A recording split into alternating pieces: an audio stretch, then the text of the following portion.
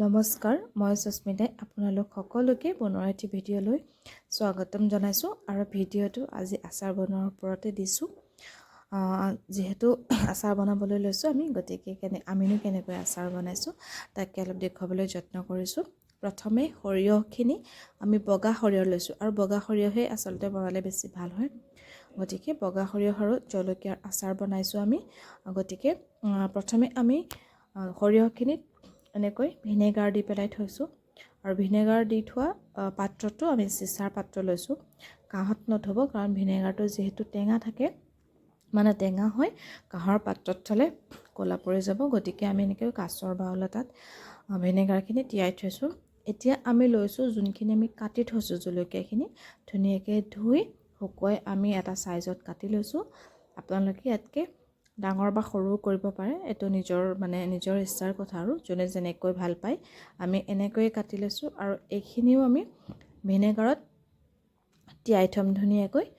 আৰু যিহেতু আমি সৰহকৈ আচাৰ বনাইছোঁ, গতিকে আমি যিমানটো পৰিমাণৰ জলকীয়া লৈছোঁ, আমি সেই অনুপাতে বগা সৰিয়হখিনিও আমি সৰিয়হখিনিও তেনেকৈ লৈছোঁ।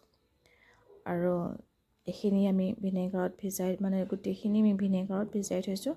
দুৰাতিৰ কাৰণে ভিজাই থৈছিলোঁ আৰু এতিয়া ভিনেগাৰখিনি দিয়াৰ পিছত ধুনীয়াকৈ লৰাই দিছোঁ, যাতে প্ৰত্যেক টুকুৰা জলকীয়াৰ মাজতে ভিনেগাৰটো সোমাই যায় আৰু তেতিয়া আচাৰখিনি ভাল হয়। সম্পূৰ্ণকৈ গোটেইখিনিতে যেতিয়া মিক্স হৈ যায়, তেতিয়া আচাৰটো খুব ভাল হয়। গতিকে আমি সেইকাৰণে তেনেকৈ দিছোঁ।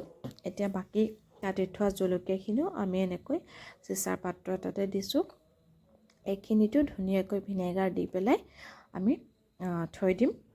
দুৰাতিৰ কাৰণে ৰাখি দিছোঁ, বা এৰাতিৰ কাৰণেও ৰাখিব পাৰে। এনেকৈ ৰাখি থ'ব, তেতিয়া আচাৰখিনি ভাল হয় আৰু। গতিকে আমি এইখিনিও এনেকৈ দি পেলাই ভিনেগাৰ দি ধুনীয়াকৈ আমি মিক্স কৰি দিম, যাতে ধুনীয়াকৈ সোমাই যায়। এইখিনি চাওক, এইখিনি আমাৰ হৈয়ে গৈছে। আৰু এতিয়া যোনখিনি তিয়াই থৈছিলোঁ সৰিয়হখিনি, এইখিনি আমি মিক্সিত দি পেলাই এইখিনি আমি পিচি ল'ম, পেষ্ট বনাই ল'ম। আৰু ইয়াতে চাওক, ভিনেগাৰখিনি যে আছিলে, ভিনেগাৰটো অকণ দি পিচিব, বেছি ডাঠ হৈ যায়। তাৰপিছতে কেৰাহী এখনত তেল গৰম কৰি আমি অকণমান গৰম হৈ থাকোঁতেই ইয়াতে পাঁচফোৰণ দি দিছোঁ। অকণমান পাঁচফোৰণ দি দিছোঁ। পাঁচফোৰণটো অকণমান পকাৰ পিছত পাঁচফোৰণটো দিছোঁ, দেখিছেই। আৰু তেলখিনি গৰম হৈ আছে, ধৰিব পাৰিছেই। সেয়া চাওক, তেলখিনি গৰম হৈ থাকোঁতে আমি ইয়াতে পাঁচফোৰণ দি দিছোঁ। আৰু পাঁচফোৰণ দি দিলে কি হয়, পাঁচফোৰণটো দিলে ধুনীয়া এটা গোন্ধটো ধুনীয়া ওলায়। আৰু এতিয়া আমি যোনখিনি পিচি থৈছিলোঁ সৰিয়হখিনি, সেইখিনি আমি এই তেলখিনিত দি দিছোঁ। যিমানখিনি আপুনি পিচিছিলে গোটেইখিনি দি দিব। তেল আমি অলপ কমাই দি পেলাই কৰিছোঁ, সেই অনুপাততে বাৰু সৰহেই আছে, তথাপিতো একেবাৰতে সৰহকৈ তেল দিয়া নাই। পিছত লাহে লাহে আমি তেলটো দি থাকিম আৰু, সেইটো কাৰণে এনেকৈ দিছোঁ। এতিয়া সৰিয়হখিনি ভালকৈ মিক্স কৰি লোৱাৰ পিছত ইয়াতে সোৱাদ অনুসৰি আপুনি নিমখ দিব। আমি সোৱাদ অনুসৰি ইয়াতে নিমখ দিছোঁ। আৰু লগতে কিনো মছলা দিওঁ, মছলা আমি বহুত বেছিও মছলাও ইউজ নাই কৰা, কেইটামান মছলা দিছোঁ, সেইকেইটা ইউজ কৰিছোঁ। এতিয়া আৰু এইখিনি সৰিয়হ আছিলে পিছা, সেইখিনিও দি দিছোঁ। নিমখটোতো দিলোৱেই। নিমখটোৰ পিছত অলপ চায়ো দিব পাৰিব, ধৰক কম বেছি হ'লে। গতিকে একেবাৰতে সৰহকৈ নিমখ দি নিদিব, এনেকৈ অলপ অলপকৈ দি লৰাই থাকিব।